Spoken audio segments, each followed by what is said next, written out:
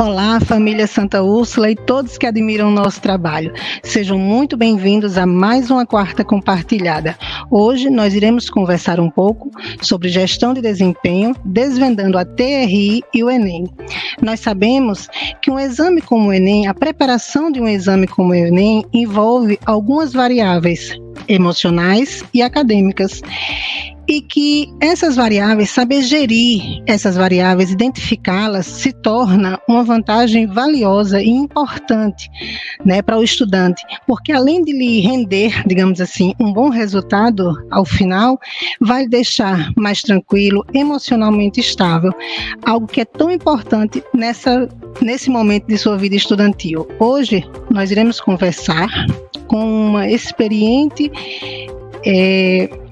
especialista em gestão, experiente especialista em gestão, que já ajudou milhares de professores e estudantes Brasil afora, né, e que traz esse desvendar o Enem, digamos assim.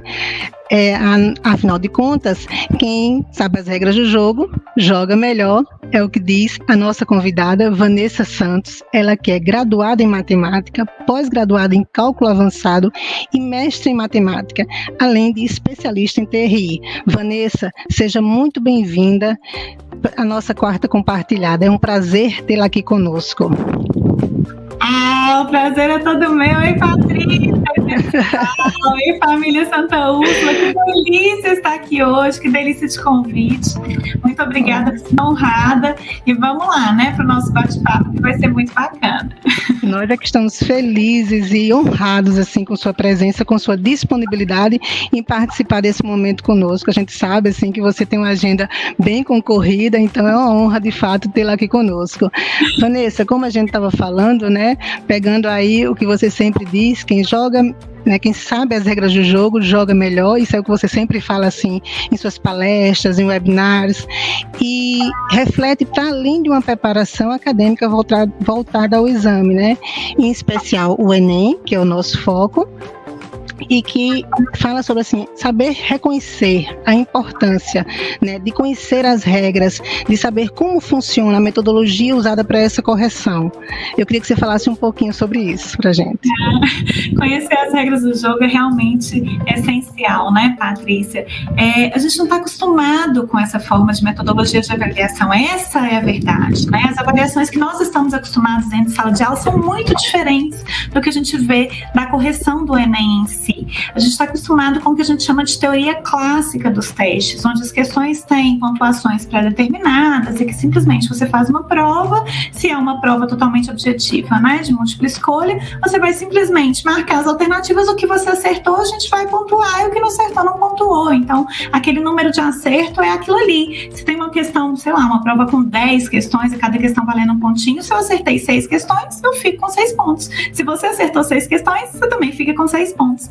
Na teoria de resposta ao item não é assim que funciona, né? Então, se o nosso foco hoje é o Enem, a gente precisa falar da prova do Enem. Então, na prova do Enem eu tenho 4 áreas de conhecimento mais a redação e cada área tem 45 questões, né, que a gente faz. Linguagens tem 50, mas a gente tem que escolher entre inglês e espanhol, então é 45 também, né? E aí, só tem uma forma da gente tirar a mesma nota, acertando as questões do Enem. Então, por exemplo, eu e você, Patrícia, fizemos uma prova do Enem, a prova lá de Ciências Humanas, tá? Do ano passado. E nós acertamos 30 questões. Só tem uma forma da gente ficar com a mesma nota, é acertando exatamente as mesmas 30 questões. Aí a gente fica com a mesma nota, né? Se a gente acertar questões diferentes, ou 29 iguais e uma diferente, a gente não fica com a mesma nota. Por quê? Porque a TRI funciona de uma forma diferente, né? Nela, o mesmo número de acertos não quer dizer necessariamente a mesma nota, e isso a gente precisa ficar muito atento. Além disso, conhecer a TRI em sua essência também é muito importante para a gente criar a estratégia, né? Como a gente falou da regra do jogo, entender essa regra do jogo é muito importante. Então, além de saber, né, que na teoria de resposta ao item o mesmo número de acertos não quer dizer necessariamente a mesma nota, a gente também precisa saber que nela, diferente da clássica, a questão não tem uma pontuação pré-determinada. Isso tem a ver com a probabilidade que nós temos ou não de acertar aquela questão. Olha que coisa louca, né? Então, se todos nós aqui estamos fazendo a mesma prova e a mesma questão, cada um de nós tem uma probabilidade diferente chance de acertar aquela questão, né? Patrícia, você tem, sei lá, 97% de chance de acertar aquela questão, mas eu sou da turma do fundão, eu só tenho 21% de chance de acertar aquela questão, e cada um de nós, né, vai ter uma probabilidade diferente. Isso é muito importante, conhecer essa probabilidade é muito importante. Para isso, requer software específico, né, e enfim, feedbacks que são específicos também. Bom, a teoria de resposta ao item, ela sempre vai trabalhar, e essa é a última característica que eu queria falar sobre ela, e daqui a pouquinho eu vou pedir para compartilhar minha tela, é que ela sempre vai trabalhar com o que a gente chama de coerência pedagógica das nossas respostas, né?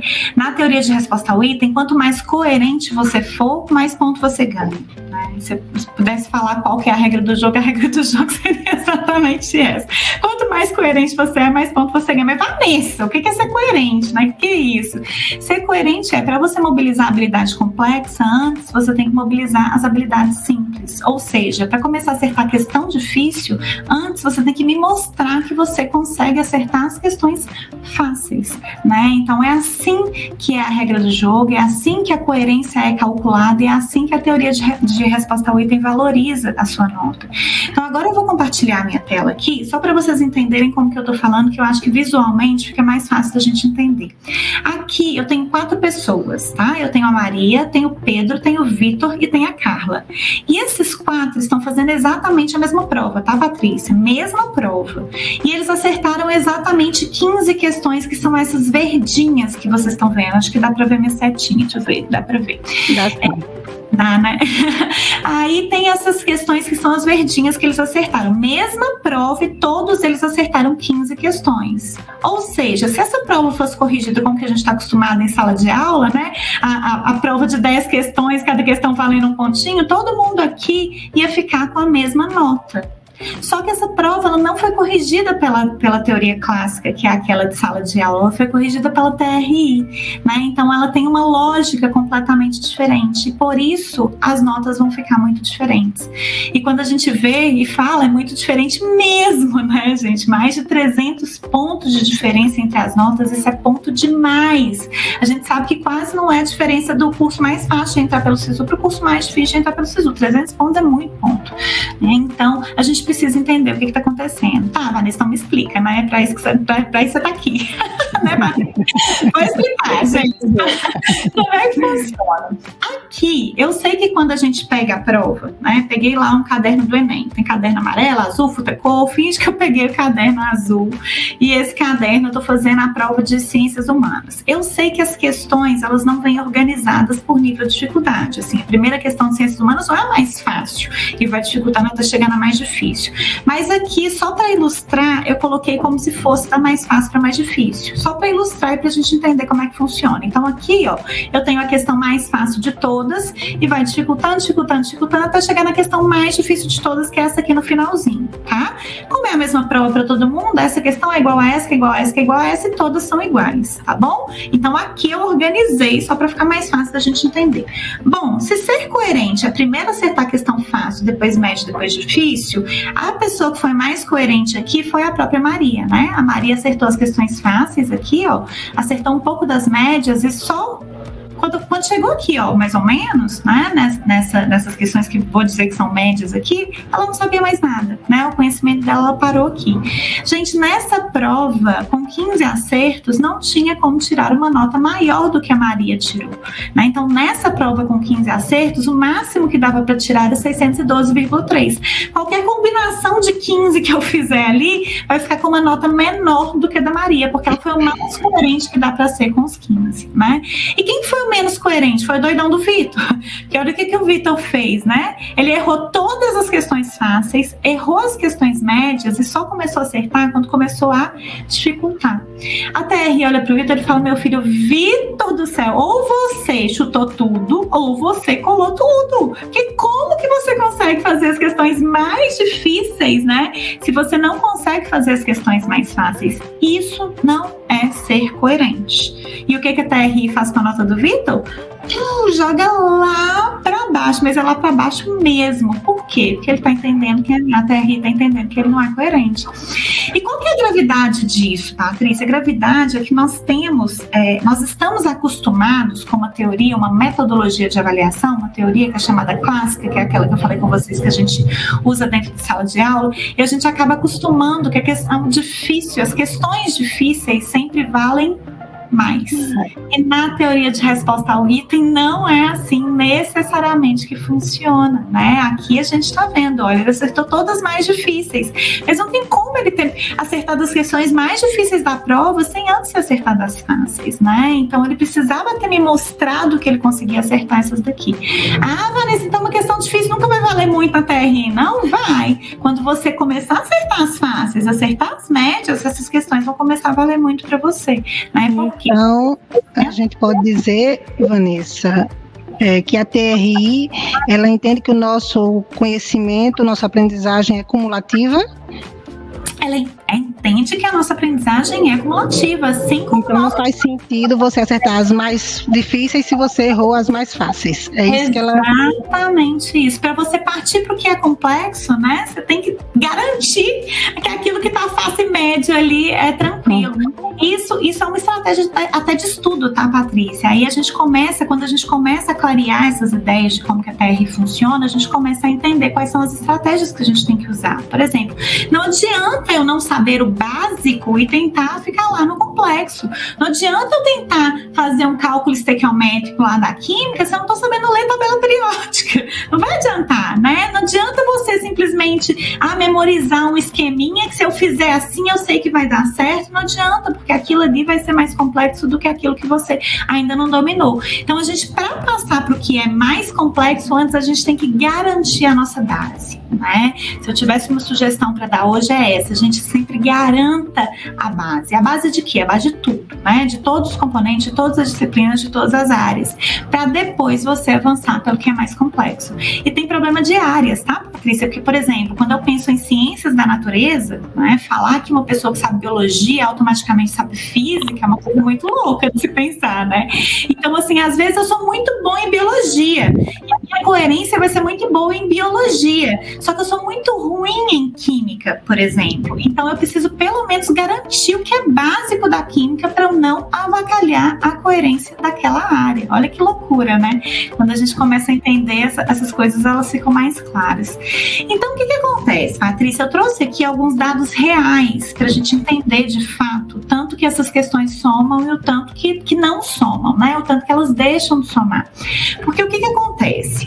Se eu entendo de teoria de resposta ao item, eu brinco quando eu tenho essa oportunidade de falar com professores e estudantes, eu falo, gente, se as pessoas não estão entendendo de teoria de resposta ao item, começam a entender de fato teoria de resposta ao item, que elas fazem é ganhar ponto de graça, né? Então, o que a gente fez aqui, Patrícia, é ponto de graça. Porque se tinha alguém que não estava entendendo TRI antes e começa a entender hoje, vai entender por que isso aqui é ponto de graça. Porque o que acontece? Se eu chego nesse caso da Maria aqui, né? E a Maria, ela acertou essas 15 questões aqui. Tem um mito na teoria de resposta ao item que o pessoal fala assim: não chuta uma questão, é melhor deixar essa questão em branco. Isso não é real, tá, gente? O acerto na teoria de resposta ao item sempre vai somar. Então, se a Maria, ela tá com essas 15 questões super coerentes, lindas aqui, eu chegar pra Maria e falar: Maria, eu tô tão boazinha, eu tô querendo te dar mais um acerto.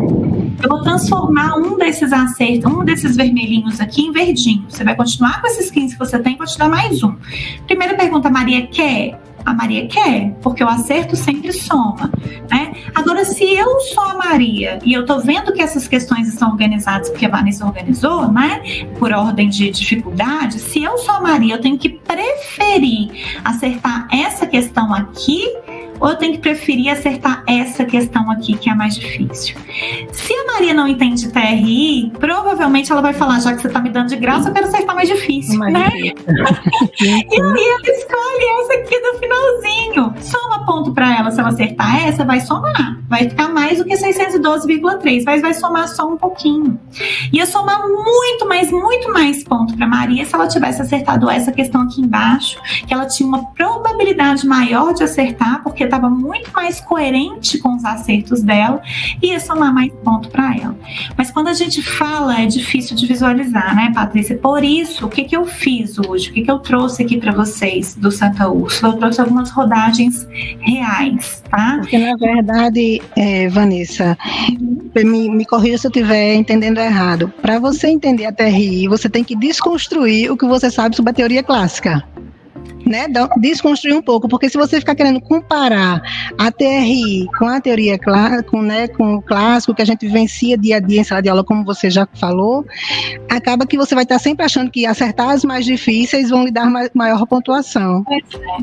A questão é assim, Patrícia, eu acho que a gente precisa entender as duas no mesmo peso, na mesma medida. Eu vou te explicar por quê. Na teoria de resposta ao item, o número de acertos também vai contar, né? Se eu acerto muita questão, provavelmente a minha nota ela vai ser maior. Só que o que eu tenho que entender é que, assim, se eu tô lá acertando 40 questões, 38 questões, 35 questões, eu tenho uma faixa de nota que eu posso tirar. A menor nota de todas é com a pior coerência e a maior nota de todas com a melhor coerência. Então, assim, com 35 acertos, eu tenho uma nota que ela vai ser uma nota mais baixa com 35 e a nota mais alta com 35, né? Então, assim, se eu aumentar, se eu for lá para 40, pode ser, né, que a gente tire uma nota maior por serem mais acertos, mas ainda assim vão ter faixas. E a gente precisa entender onde que essas faixas elas vão se encontrar, e aí vai de prova para prova. Às vezes, se eu tiro uma coerência máxima de 35 acertos, talvez eu consiga tirar uma nota maior do que alguém que está acertando 40 questões. Entende? Mas às vezes não, isso aí vai depender da característica da própria prova, né? Às vezes não, e com 40 questões, mesmo com 40 questões eu acertando na pior coerência possível, eu ainda tô com uma nota maior do que 35 questões. Então isso vai depender de prova para prova. Então é sempre bom a gente entender as duas juntas, né? Na teoria de resposta ao item, não tem como a gente garantir que um número tal de acertos, né? Esse número aqui de acertos vai me dar uma nota tal. Não, isso a gente não consegue garantir. O que a gente sabe é que naquela faixa de acertos que eu tô falando, tô citando aqui o 35, quanto mais coerente eu for, mais ponto eu fico com 35 acertos. E quanto menos coerente eu for, menos ponto eu fico com 35 acertos, né? É isso que a gente precisa entender. Será que eu fui clara? Muito clara. Então, tá bom. Então, o que eu fiz aqui, Patrícia, foi trazer um pouquinho sobre essas rodagens que são reais, porque às vezes as pessoas me perguntam assim, falam, Vanessa, primeiro que esses dados que eu coloquei aqui para vocês já são dados reais, tá, gente? Isso é Enem 2017, prova de matemática. Então, isso aqui, às vezes as pessoas olham e falam assim, Vanessa, mesma prova, mesmo número de acertos e mais de 300 pontos de diferença? Sim, né? Não é Vanessa falando, é o próprio Enem, porque isso aqui é dado real. E aí, o que eu fiz aqui nessas rodagens reais, pra gente entender um pouquinho? Com dados reais, também Enem 2017, prova de matemática, eu forcei algumas situações para vocês entenderem o tanto que soma, se soma muito ou soma pouco, né? Pra gente ver como é que funciona. Então, por exemplo, eu peguei uma pessoa que ela acertou só as 10 questões mais fáceis da prova. Aqui não tem 45, que eu diminui um pouquinho só para ficar visualmente melhor, tá? Mas eu rodei com 45 questões até rir normalmente. Então, aqui eu forcei uma pessoa a acertar as 10 mais fáceis da prova de matemática em 2017. E ela ficou com a nota 644,30. As duas pessoas de baixo acertaram as mesmas 10, olha só, Patrícia, as mesmas 10 questões, só que acertaram uma a mais. Essas 10 e essa daqui é a mais difícil de todas. E aqui essas 10 e a 11ª mais fácil, né? Então, uma questão que está mais na coerência dele. Tanto A quanto B tem que ficar com uma nota maior do que 644,30, porque o acerto sempre soma, né? Então, precisa ficar com mais que 644,30. Só que a nota do B tem que ser maior do que a do A. Por quê? Porque a gente está entendendo que quanto mais coerente eu for, acertar fácil, depois médio, depois difícil, mais ponto eu ganho. Vamos ver como é que ficou? Dado real, hein, gente? Olha só.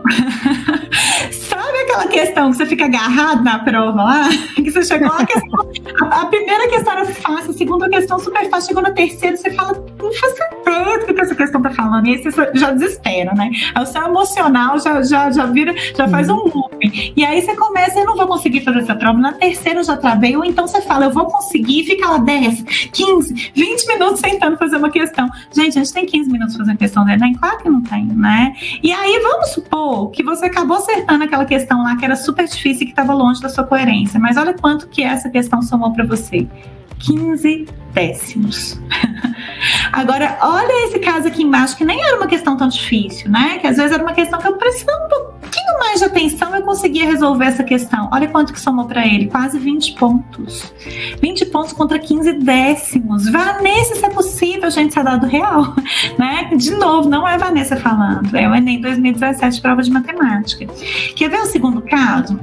Esse segundo caso, tem pessoas completamente incoerentes. Porque o que fizeram? Acertaram só as mais difíceis. Esse daqui acertou as 10 mais difíceis, forcei com que isso acontecesse, ele ficou com a nota 334,81.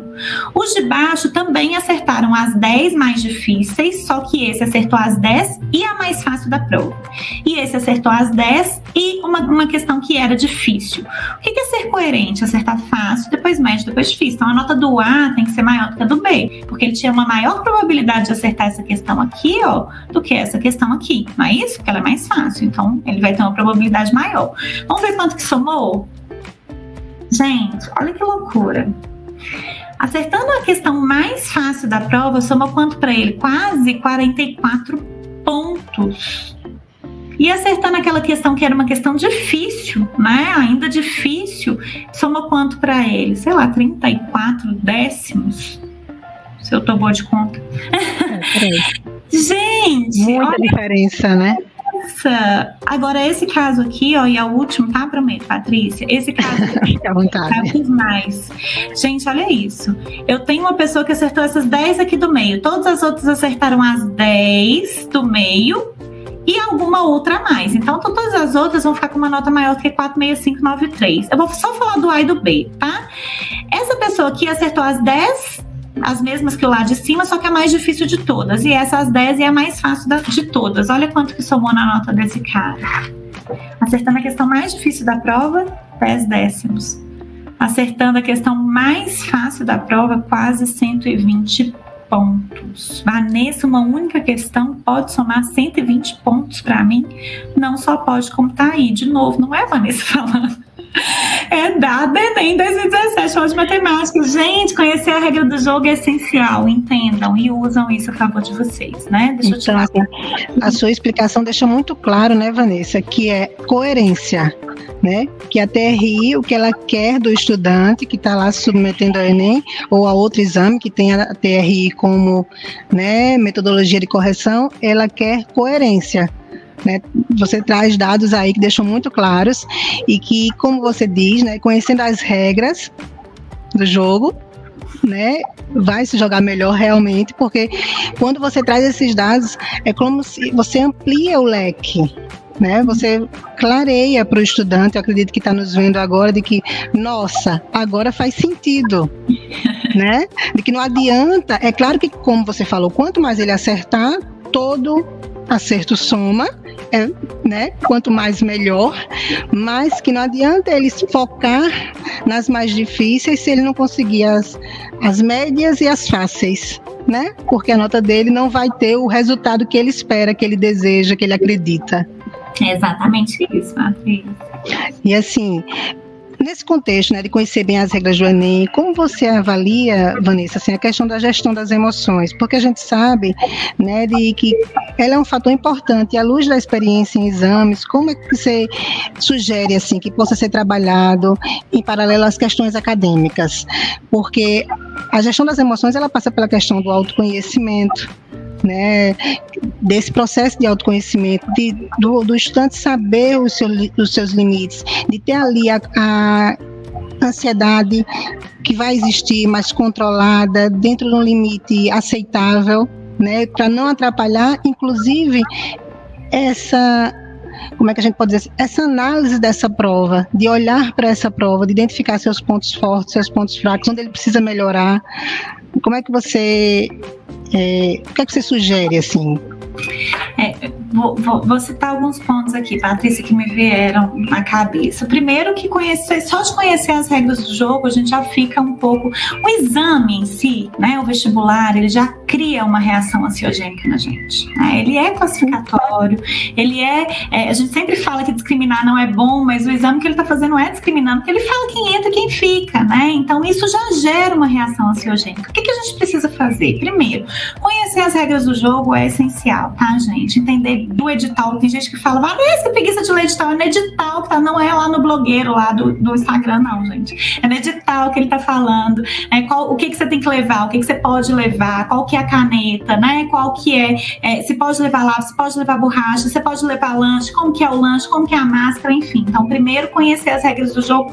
Pensando de uma forma geral, isso é muito importante para você não ter nenhuma surpresa, para gerar mais ansiedade do que aquele momento já gera normalmente, né? Como a gente já falou, é realmente um momento que é ansiogênico. Agora, uma dica que eu gosto de dar muito, que eu falo sempre, é a gente respira, inspira e não pira, né? Parece balela, parece mentira, mas é uma coisa muito louca. Às vezes, quando a gente tá numa crise de ansiedade ou alguma coisa passando mal, assim, que a gente fica um pouco sem ar, a pessoa vira pra você e fala assim, você tá muito nervosa, né? E fala, calma, respira. Aí você dá vontade de dar um soco no nariz da pessoa. Eu tô respirando. Que raiva, não fala isso. Se a pessoa estiver certa, né? É uma coisa muito... Gente, isso é muito bacana da gente entender, tá? Vamos pro papo sério aqui. Primeira coisa, quando você respira, você está oxigenando células, né? E as células, essa oxigenação, ela é responsável por tirar quase 80% das toxinas do nosso corpo. Já começa por aí. Mas tem uma outra, eu adoro neurociência, eu não sou uma especialista em neurociência, mas eu estudo bastante e eu queria citar uma coisa aqui que eu acho que vai ser muito legal de entender, né? O tanto que a respiração consegue controlar esse nosso nível de ansiedade, esse nosso nível de estresse. Se eu não me engano, foi em 91 que foi descoberto um complexo de neurônios que ele fica aqui no bulbo neural, bem entre a medula espinhal e o próprio cérebro, né? E esse complexo de neurônios, o que ele faz? Ele controla, isso foi recente, né? 30 anos é até recente, se a gente for pensar, mas o que ele faz? Ele controla a nossa respiração involuntária. Nossa respiração é como se fosse um marca-passo, tá? Ele faz assim, ó, inspira, respira. Inspira, expira, né? Mas é involuntário, a gente não vê, mas é ele que tá lá regulando isso todo, lembrando o seu corpo o tempo inteiro que você precisa respirar. Mas qual foi a gigantesca descoberta em relação a esse complexo de neurônios? Ele envia sinais para o que a gente chama de lóculo cerúleo. O apelido dele é LC, tá? O LC tá ali pertinho, um complexo também que ele é multimodal. E o que ele faz? Além dele ter uma característica de ser sono regulador, que ele te desperta, né? Ele tem essas características de fuga, ele gerencia o nosso nível de alerta. Olha que coisa louca. É ele que faz como se tivesse... desculpa. Tô vendo uma mensagem aqui. Não é sua mensagem, depois que eu fui ler. É ele que faz com que a gente desperta e que ele que cria esse nível de alerta. Então, ele faz com que a gente, por exemplo, fuja, com que gera estresse, com que gera ansiedade, Então, o que a gente faz? Quando a gente está respirando de uma forma, né, que está levando, que esse complexo de neurônio está levando lá para o LC, alguma informação, que é uma informação que é de uma respiração que ela não tá legal, né? Eu tô muito ofegante, tô respirando rápido demais. O que esse LC ele tá entendendo, né? O que o cerúleo ele tá entendendo? Poxa, tem alguma coisa errada ali, né? Deixa eu ficar em alerta aqui. Vou gerar ansiedade, vou gerar estresse, vou gerar um medo, vou gerar alguma coisa nesse sentido. Então, quando a gente tá respirando de uma forma, e tem que respirar de forma correta, porque a gente vai falar disso também. Mas quando eu tô respirando de uma forma correta, o que a gente tá falando pro nosso corpo? A gente tá falando que tá tudo bem aqui, né? Complexo de neurônio tá tudo de boa, LC tá tudo legal, aqui tá tudo bem e a gente pode continuar do jeito que a gente tá, né? Só que o que acontece? Nessa nossa correria do nosso dia a dia, a gente não tem o hábito de respirar corretamente. Né? E aí que tá o negócio. A gente tem professores de biologia. Vocês aprenderam isso lá no 5º, 6º aninho, tá, gente? Sistema respiratório, mas mesmo assim, fazer uma maquete disso é uma coisa bacana, né? Fazer o sistema respiratório. Pega uma garrafa PET pochete, corta a bundinha dela, coloca uma bexiga por baixo, assim, ó, bem coladinha, né? Veda ela com uma fita isolante, lá na boca da garrafa, coloca um tubinho, descendo com 2 tubinhos e 2 bexigas na ponta para fazer o pulmão, e veda isso tudo. Se você mexe nessa bexiga de baixo, você vê o que acontece com os pulmõezinhos, que são as bexigas de cima, né? E essa bexiga de baixo, pra gente, é o que a gente chama de diafragma, e é um músculo. E os nossos músculos, eles são preguiçosos. Se a gente não fazer com que eles, insistir com que eles funcionem, eles não vão funcionar, né, gente? Então, o que a gente precisa entender? Entender qual que é a respiração correta. A respiração correta é: inspirou sempre pelo nariz, ó, a gente precisa, é aqui que vai ficar mais úmido, é aqui que filtra, é aqui que deixa o ar quentinho, né, para entrar, nunca pela boca. Inspirou, o seu diafragma, ele tem que elevar, na verdade ele desce e ele dá espaço para o seu pulmão, e o ar, ele se concentra aqui. Então, quando a gente inspira, essa parte aqui que a gente chama de respiração pochete, ela tem que subir. E quando você expira, ela tem que descer.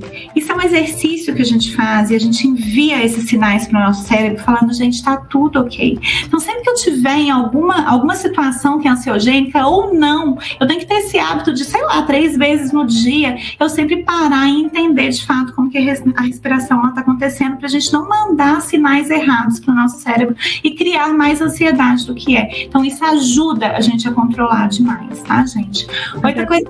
Oi? Até porque, né, Vanessa, a primeira coisa que altera quando nós estamos ansiosos é a respiração, né? Eu não entendi, falhou. Até porque a primeira coisa que é alterada quando nós estamos ansiosos é a respiração, né? É a primeira alteração que acontece na respiração. Exato. Aqui na escola, a gente tem uma ação chamada Descompressão das Emoções, que é em parceria com o Serviço de Educação Socioemocional e o DEF, que é o Departamento de Esporte e Educação Física, que ensina exatamente os alunos a respirarem, a alongarem, porque a gente tem esse entendimento, essa clareza da importância da respiração quando a gente está numa situação, né, de ansiedade, que uma avaliação, um exame como o Enem, é impossível você não ir ansioso, né? Mas o que a gente quer é que esse aluno, ele vá numa ansiedade dentro da normalidade, digamos assim, dentro do controlável, do esperado para o momento, né? Vanessa, eu queria que você falasse assim, você já falou uma dica lá no começo, mas eu queria que você falasse algumas, assim, mito sobre, né, o Enem, e a importância também de se fazer simulado. O que é que, assim, qual a importância desse aluno se submeter a todos os simulados que são propostos? Então, e alguns mitos, você falou do mito da questão do chutar, que eu achei muito interessante, porque a gente ouve muito isso, né? Não pode chutar, se chutar e errar é pior, né? Mas fala um pouco sobre isso pra gente. Bom, vamos lá. O que me perguntam demais, né, gente? Me perguntam demais essa relação do chute. Tem gente aí, o que acontece? A teoria de resposta ao item é muito mais ampla do que a gente imagina. O modelo que a gente utiliza, ou o conjunto de modelos que a gente utiliza para o Enem, é só um dos vários que existem. Então, às vezes, descobrir informações sobre a TRI já é complicado, né? A gente precisa de uma fonte que é confiável, por isso, gente, cuidado com o Instagram da vida. Eu já briguei com tanta gente lá, falei: gente, tá errado, vocês têm 500 mil seguidores, não fala isso não, que o povo tá acreditando que você tá falando. Não é, tira, tá errado. Né? Então a gente precisa ter uma fonte que ela é confiável. E às vezes as pessoas com muito boa vontade procuram algumas, dão um Google lá, teoria de resposta ao item, e encontram informações que são da TRI, mas não são do modelo que a gente utiliza no Enem. Então, por exemplo, eu já vi muita gente falando assim: Vanessa, a TRI tem um negócio lá anti-chute, não chuta não que você vai ser prejudicado, né? Isso não é real, tá, gente? Chutar é melhor do que você deixar uma questão em branco. Se não der tempo, se você não souber, nunca deixe uma questão em branco. Por quê? Porque a questão em branco, ela é corrigida como errada. E se você chutar e der a sorte de acertar, vai somar. Pode somar muito ou pouco, vai depender da coerência, né? De onde que aquela questão ali tiver. Vai somar muito ou vai somar pouco, mas vai somar, sempre. E se você errar, chutou e errou, vai dar na mesma. Você ter deixado a questão errada, ou então você ter deixado a questão em branco, ou então você ter chutado e errado, vai dar na mesma. Tem outra coisa, pensando também nisso, tem outra coisa que me perguntou demais, falando assim: Vanessa, poxa, eu sei que a resposta daquela questão ali era a letra A, tá? Mas eu marquei a letra B. Eu eu sei que tá errado, porque a certa era A. Só que a letra B, ela não tá tão errada assim como a letra C. Será que se eu marcar B, né, eu vou ganhar alguns pontinhos? Não, não vai. A teoria de resposta tem assim, gente, ou errou ou acertou, né? Ela só olha pro gabarito. Se você tá lá, o gabarito era A e você marcou a letra A, então você marcou, vai somar ponto para você. Se você não marcou a letra A TRI ela não tá nem sabendo se você marcou a B, a C, a D, a E, ou se você deixou a questão em branco. Para ela, tanto faz, tanto fez. Por quê? Porque você não marcou a A.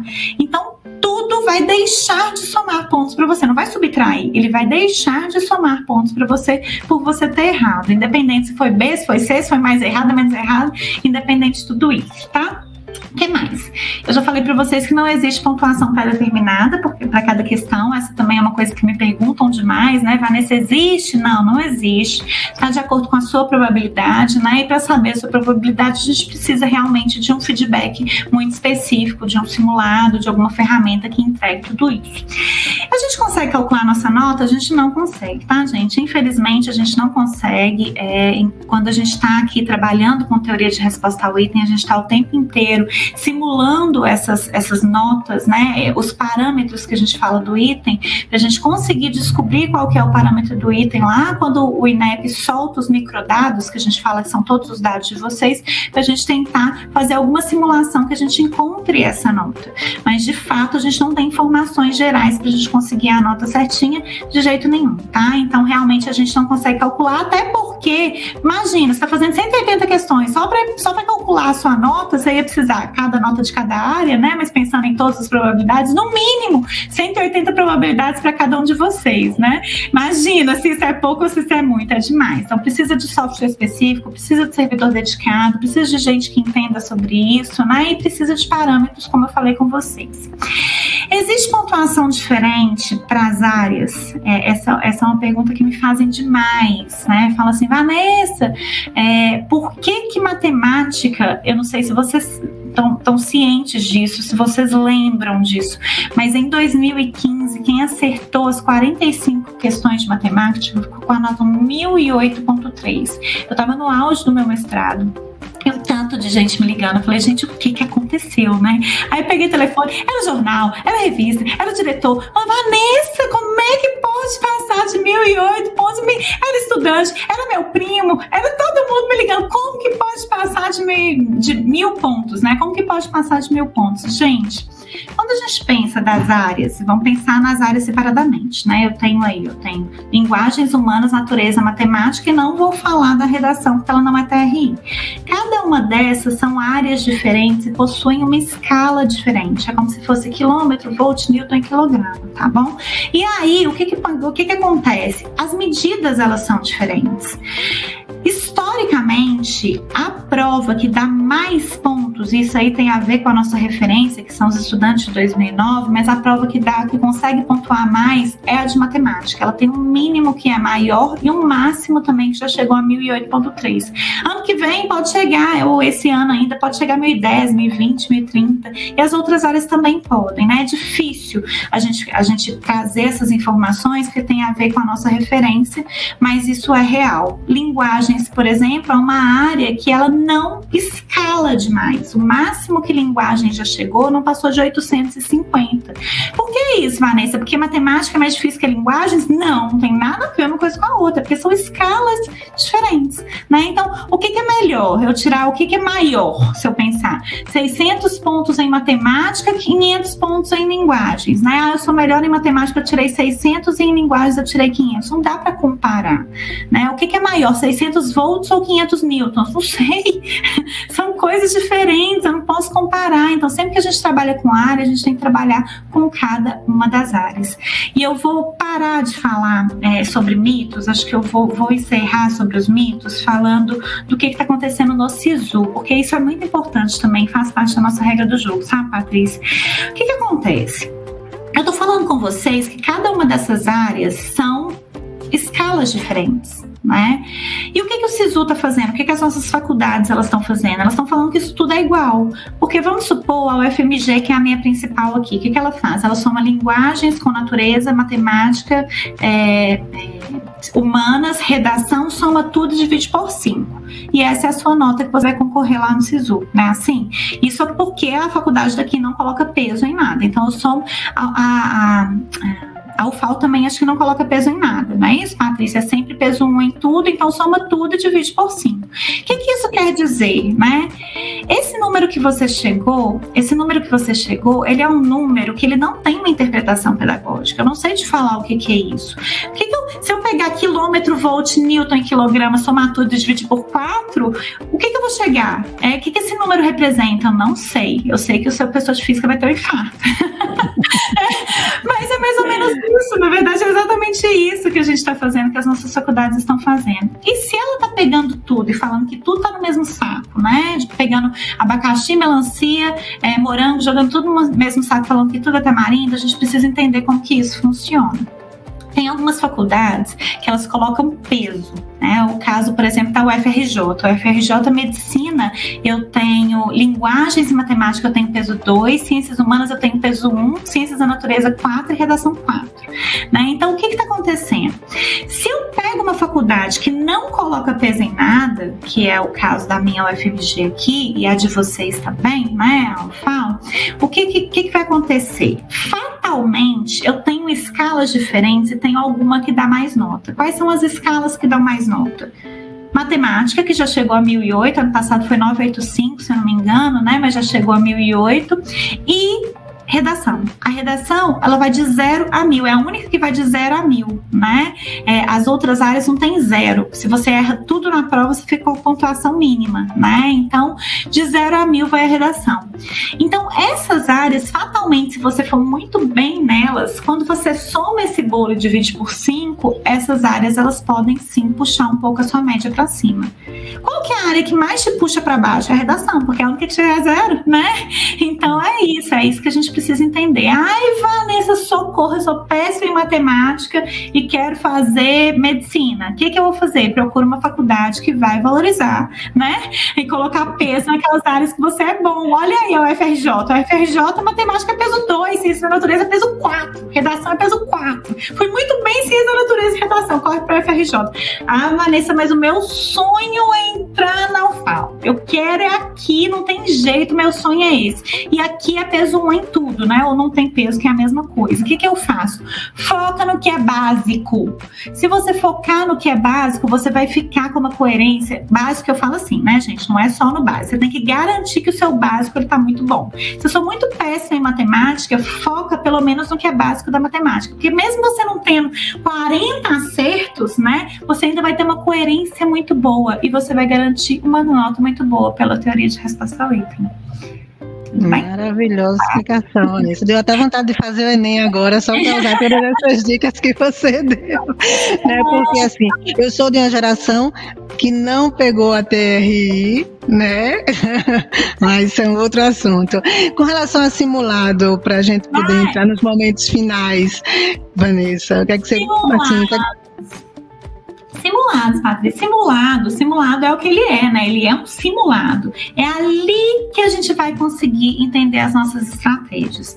Eu brinco que, assim, existe regra do jogo, mas não existe receita de bolo, né? A gente sabe mais ou menos como que um bolo fica bom, né? O que ele tem que ter e tal. Mas, às vezes, tem uma pessoa que gosta mais doce, tem uma pessoa que gosta menos doce, um recheio de chocolate, um recheio de leite ninho, né? Deu água na boca aqui, só de pensar. Então, gente, você precisa fazer a sua receita de bolo. Vanessa, o que é melhor? Eu fazer a redação antes ou fazer a redação depois? Faço ideia. Em um simulado você faz antes, no outro você faz depois e vê qual que você saiu melhor, né? Vanessa, qual a máscara que eu... Gente, quando começaram esses simulados online e a gente, em plena pandemia, eu lembro que eu falava com os professores e com os estudantes, assim, eu falava, gente, vocês estão usando máscara? Professor, você está incentivando o seu estudante a fazer prova de máscara? Todo mundo olhava para mim e falava assim, mulher louca, né? O menino tá dentro da sala, dentro do quarto dele. Professor, eu tô aqui no meu quarto, fazendo simulado aqui do meu quarto, do meu escritório, da minha sala. Pra que eu vou colocar máscara aqui, gente? Isso é um simulado. Você vai esperar chegar na hora do Enem, que você já sabe que gera todas essas reações ansiogênicas em você, para você entender qual que é a máscara que não machuca o seu nariz, que não machuca a sua orelha, que não embaça o seu óculos. Você tem que saber disso tudo agora. Todas as suas estratégias. Quem entendeu de TRI já sabe que a gente não pode perder tempo em questão de ficha. Só de ficha demais pula, né? Faz uma marquinha nela e deixa para depois. Aí você vai lá e faz essa marquinha de caneta vermelha. Você tá super habituado de fazer marquinha de caneta vermelha. Aí chega lá no Enem, você não pode usar caneta vermelha. E aí, né? Como é que você vai fazer? Você vai mudar a sua estratégia logo no momento que é o momento oficial? Não. O simulado ele é importante para isso. O que você come importa. A roupa que você usa importa. O que você leva importa. Você nunca sabe onde você vai fazer a prova, você fica sabendo quase que nos 45 segundos do tempo, né? E aí, a gente não sabe se lá tem ar-condicionado, se não tem, se é um lugar frio, se é um lugar quente. Então eu falo, gente, uma roupa confortável, que é uma camisetinha fresquinha, com um casaco por cima. Tá frio demais, deixa o casacão lá, né? Tá quente, tira o casaco. Tudo isso a gente tem que pensar. E como que a gente entende? Conhecendo as regras do jogo. Testando, simulando, entendendo o seu resultado, ver o que faz sentido para você, qual é a questão que você vacilou, que não podia ter errado de jeito nenhum. Volta lá, entende o que está acontecendo, né? Para no próximo simulado você ter subido um degrau. E é isso que a gente chama de gestão de resultados, né? A gente vai melhorando, né? E até chegar no patamar que a gente gostaria. Acho que é isso. Ótimo. É assim, exatamente isso, esse entendimento do simulado como o mais próximo, né, do que vai acontecer no dia da prova, né, Vanessa? Porque para evitar qualquer tipo de agente estressor além do já esperado para o dia, né? E muitas vezes a gente sempre fala assim que o seu referencial tem que ser você mesmo. Porque às vezes o adolescente, o estudante se pega como referencial um outro colega, mas que não tem o ritmo que ele tem, não tem as dificuldades e as habilidades que ele tem. Então assim, o seu referencial tem que ser você, claro, conhecendo essas regras, entendendo, né, como funciona de um modo geral, mas também suas particularidades e peculiaridades. É muito louco a gente pensar como que as coisas funcionam, né? A gente fica pensando que algumas coisas são mentiras ou não. Existem algumas dicas que elas são montadas e faz assim que dá certo. Não é isso, né, gente? Eu tava brincando esses dias, ontem eu tava falando do que é o ciclo do pânico. Eu não sei se vocês já ouviram falar, mas o ciclo do pânico é que um pensamento, ele gera um sentimento que gera um comportamento e esse comportamento, ele reforça um pensamento. Então, às vezes as pessoas viram pra gente e falam assim: poxa, a força do pensamento positivo. Aí, de novo, você quer socar o nariz da pessoa, né? Que pensamento positivo? Não, gente, você não pode pensar que as coisas vão dar errado, né? Você tem que pensar que as coisas vão dar certo para que isso gere um sentimento que não é ansiedade, que não é angústia, que não é tristeza, para que seu comportamento seja, ok, tô focado e vou aqui fazer. Agora, se você pensa, vai dar tudo errado, você já fica angustiado, e aí seu comportamento é o quê? Vou jogar tudo para cima, né? Eu não quero fazer mais nada, desisto disso aqui, não consigo fazer isso aqui, pronto, acabou. Não, então a gente precisa entender tudo isso. A gente precisa se organizar, né? O poder do hábito e o poder da organização. A neurociência, ela explica tanta coisa. Ela fala que com 21 dias a gente consegue reprogramar o nosso cérebro. Olha que coisa louca, né?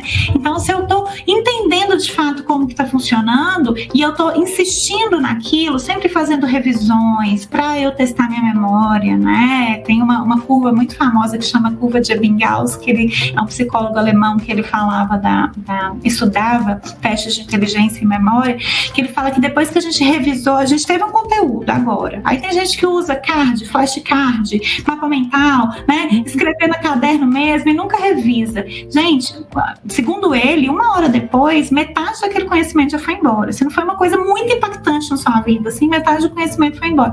Então, tudo isso a gente precisa ficar atento. Entenda o que não foi legal, entenda o que você pode fazer de melhor. Pesquise, né, um pouquinho mais sobre isso. Essa questão da respiração é uma questão muito séria, né? A gente precisa entender que não é balela, que não é mentira. Entenda os seus dados, perceba como que foi melhor para você, para quando você chegar lá naquele exame, que é o exame oficial, você simplesmente replicar, repetir aquilo que você sabe que funciona melhor para você. Aí você está pisando em um ambiente que ele é mais seguro e isso te gera um pouco menos de ansiedade, mesmo sendo um exame que é um exame importante, que é um exame classificatório, mas ele vai te gerar bem menos ansiedade, né? Faça isso o tempo inteiro, use e abuse dessas informações, usem e abusem dos seus simulados, usem e abusem das estratégias que a gente pode tirar da regra do jogo para que a gente consiga sair melhor. Okay? Maravilha, Vanessa. Assim, agradecer mais uma vez a você pela sua generosidade, pela sua participação aqui conosco, né? Tantas informações riquíssimas e valiosas, realmente. Essas regras que você está trazendo para os nossos estudantes, com certeza farão a diferença, né? A gente sabe que é importante, sim, ele ter uma base acadêmica boa, isso eles têm essa questão emocional, né, vista e organizada, e eles também têm, mas conhecer essas regras, como você trouxe, de forma clara, precisa, didática, eu diria agora que fechou o que a gente precisa, né, nessa tríade acadêmico, emocional e desvendando a TRI e o Enem, como você trouxe. Realmente, assim, você tirou qualquer, digamos assim, cortina que pudesse estar encobrindo, né, de um nebuloso, como funciona de fato. Muito, muito obrigada pela sua generosidade. Um prazer imenso estar aqui com vocês, né, Patrícia? Obrigada mesmo pelo convite. Qualquer dúvida eu estou à disposição, vou deixar os meus contatos para vocês aí, vou deixar na telinha, depois eu peço para colocar e mandar para todos vocês. Queria mandar um super beijo também para a Sandra, para a Ana Paula, para o Heitor, para a Célia, para todo mundo que está aí. Muito obrigada, gente, de coração, ó, um super beijo e espero em breve conhecê-los pessoalmente, ir aí no Santa Úrsula, conhecer o colégio, né? É isso que a gente gosta de estar pertinho. Pessoal, boa prova, usem e abusem dessas informações, tá? Qualquer coisa me procure, ó, um beijo no coração de todos vocês e até a próxima. Obrigada, Vanessa. E se você ainda não é inscrito no nosso canal, se inscreve, ativa as notificações, porque tem esse material e muitos outros toda semana para vocês. Obrigada, até a próxima. Tchau, pessoal.